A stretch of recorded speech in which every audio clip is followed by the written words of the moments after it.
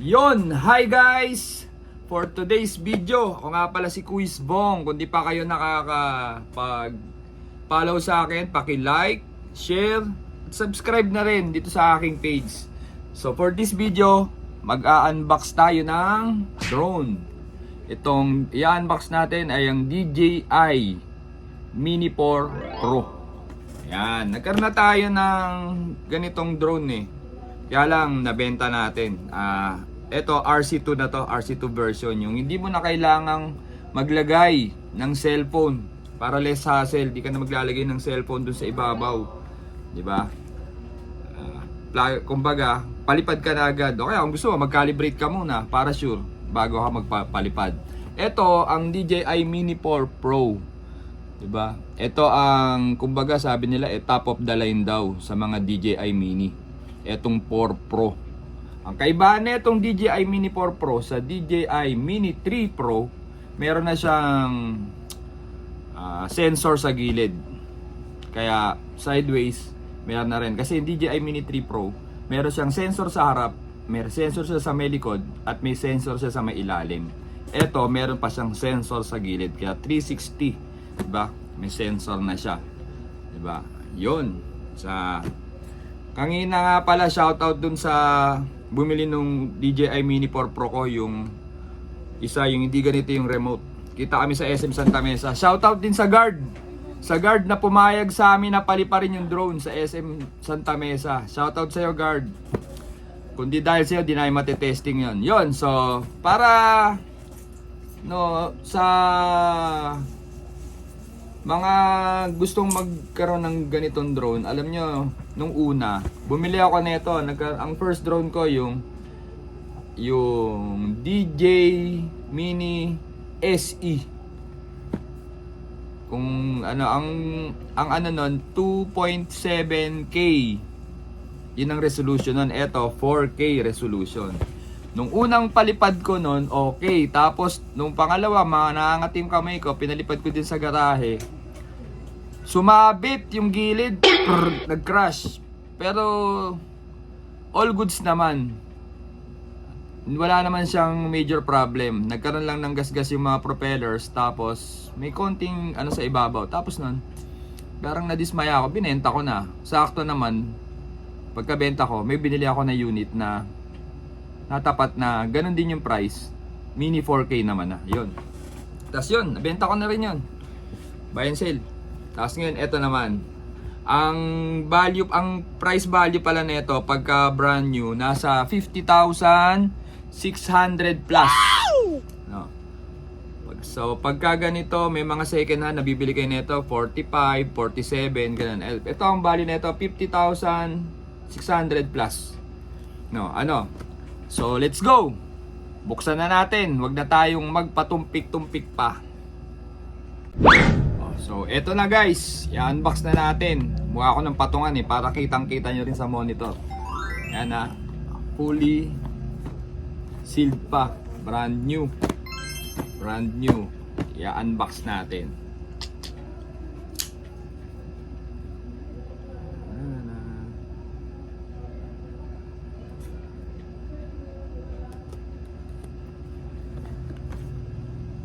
Tomorrow. Nakaka-excite. Ano? Parang regalo ni ano.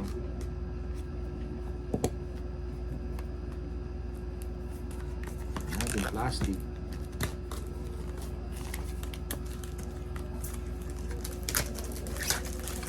Yan, para malaman nyo rin kung anong mga kasama, diba? Anong kasama sa package nitong brand new DJI Mini 4 Pro. Tapos yung tape.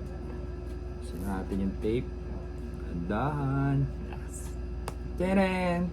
Diba?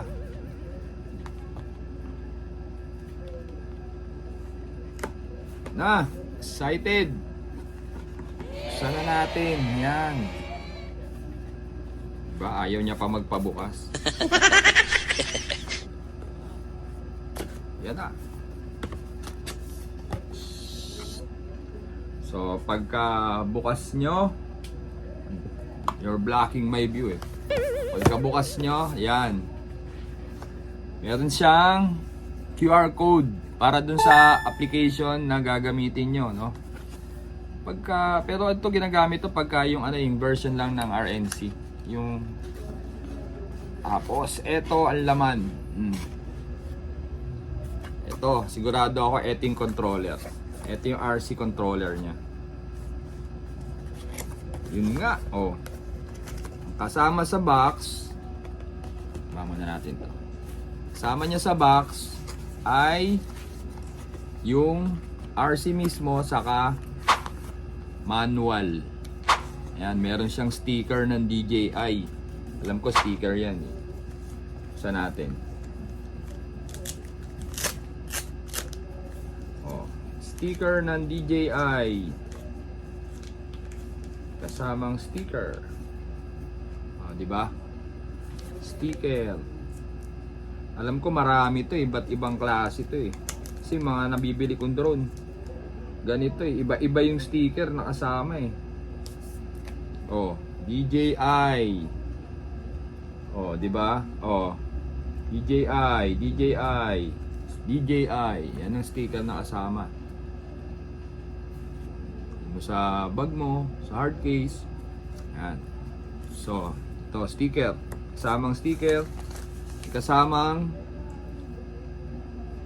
user manual. User manual. Yan.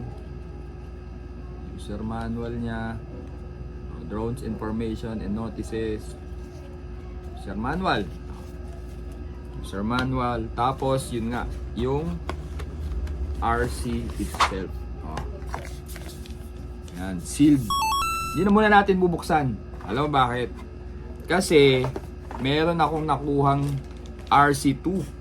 Diba? RC2 lang. Kasi pwede tong RC2 pwedeng gamitin sa iba't ibang drones. Hindi muna natin ito bubuksan para pwede pa natin itong mabenta sa mas mataas.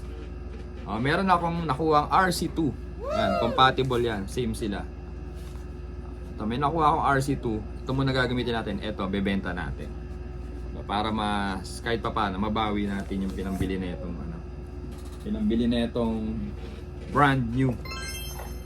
Tapos meron siyang extra propellers. Extra props. Yan, tawag nila. Extra props. Merong screw para sa propeller. Tanggal. At ang Type-C to Type-C cable. Para to sa pagka transfer ng mga picture, ganon, video. Diba? Media file transfer. At sa kanyang hub. Battery hub. Sino ba yun? Magche-charge ka. Ito, battery. Ito, hindi ko to kasama rito eh. Binili ko rin to separate. Pero yung mga FMC version, yung mga Fly More combo version, kung tawagin nila, meron na nito. Yan, charge niya yan. Tapos, charger. Dito nyo yung dock yung battery. Pala, yung battery. Titignan natin. Tapos na tayo dun sa tapos na tayo dun sa controller. Okay. Balik na natin dito para brand new pa rin siya. Tayo sa unit na. Sa drone. Merong kasamang silica gel. At eto na ang drone. Ito bubuksan na natin to kasi gagamitin natin to. Diba? Kaya nga natin in-unbox eh. Buksan na natin. At papakita ko sa inyo, sinasabi ko sa inyo kaibahan nito sa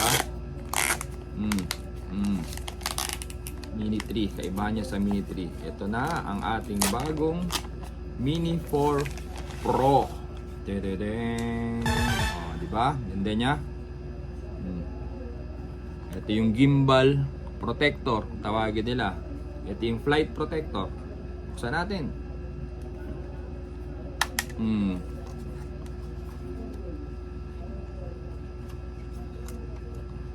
Yan. Uy, excited. Tapos natin yung kanyang paa.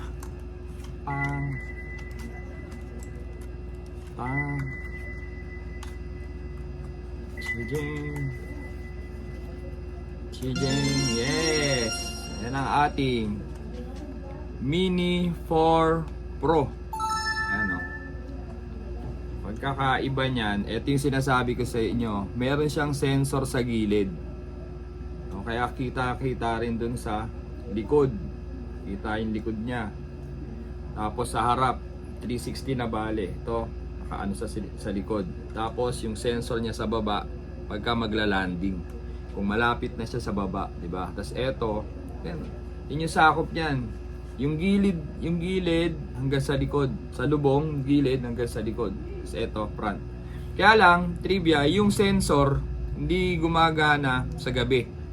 No, ito, meron siyang meron siyang option na pag nakakita siya ng mga halimbawa mga puno, pwede siyang mag-bypass, 'di ba? Pwede siyang mag-bypass, pwede siyang huminto lang pagka naano. Kaya hindi siya babangga.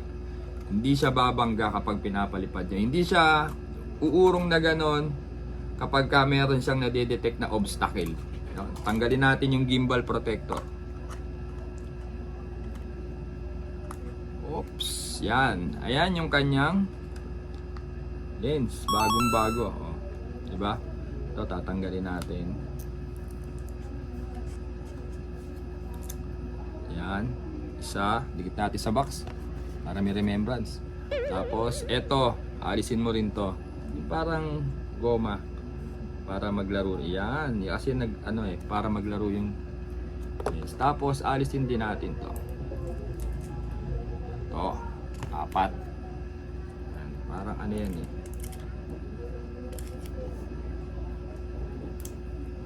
Dapat siguro hindi mo na natin inalis yung goma eh. Para hindi pumapalag-palag yung gimbal. Yan. Diba? Tapos, i-on natin yung unit.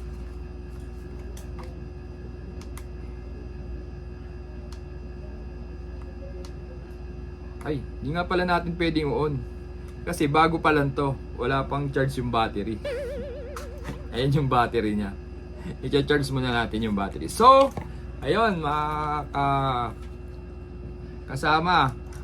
Ulit, kung di pa kayo nakakapag-subscribe sa aking YouTube channel, pwede nyo naman i-like, share, at huwag nyo nang kalimutang i-subscribe. Itodo nyo na para notify kayo sa mga susunod ko pang mga vlogs.